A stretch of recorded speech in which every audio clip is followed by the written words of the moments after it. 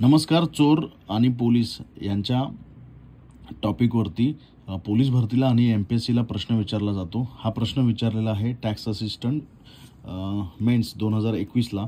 तर हा प्रश्न बघा. 400 मीटर अंतरावर पोलिसाने चोराला थांबवले. त्यावेळी चोराने पळायला सुरुवात केली. म्हणजे दोघांमधलं अंतर आहे 400 मीटर आणि चोरांचा ताशी वेग आहे 10 किलोमीटर आणि पोलिसाचा ताशी वेग आहे 15 किलोमीटर.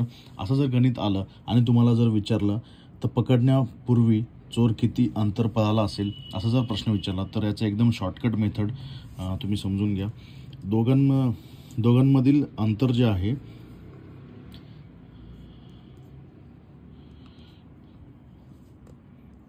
दोघांमधील अंतर छेद दोघांच्या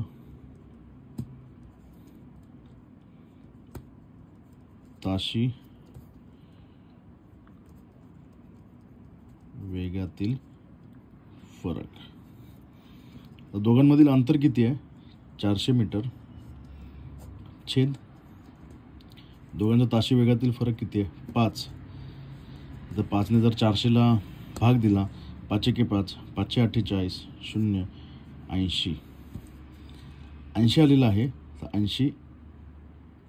आता आपल्याला काय सांगितलंय?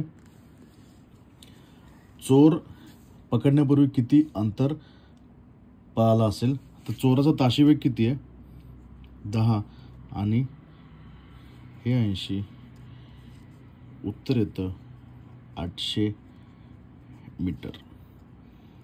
तुम्हाला ही जर शॉर्ट ट्रिक आवडली असेल तर आपल्या चॅनल नक्की सबस्क्राईब करा. धन्यवाद. तुमच्यासमोर आणखीन एक प्रश्न आहे. 100 मीटर अंतरावरून पोलिसाने चोराला थांबवले. म्हणजे दोघांमधलं अंतर आहे 100 मीटर. पोलिसाने पाठलाग सुरू केला. त्याच वेळी चोरानेही पळायला सुरुवात केली. चोराचा वेग ताशी 10 किलोमीटर आणि पोलिसाचा वेग ताशी 15 किलोमीटर आहे असे गृहीत धरल्यास पकडले जाण्यापूर्वी चोर किती अंतर पळेल? आता तुम्हाला शॉर्टकट मी सांगितलेलं आहे. दोघांमधलं एकूण जे अंतर आहे ते आहे 100 जे तुम्हाला गणितात दिलं आहे छेद. तर दोघांचा ताशी वेग आहे त्यातील फरक किती आहे? 5 बरोबर 5 एके 5, 5 दुने 10 आणि हे 0 20. ठीक आहे, 20 आलंय. आता तुम्हाला विचारलंय पकडल्या जाण्यापूर्वी चोर किती अंतर पळाला असेल. चोराचा ताशी वेग किती दिलेला आहे रे? 10 आणि हे गुणिले 20 करायचे बरोबर 200 मीटर चोर पळाला असेल पकडण्यापूर्वी.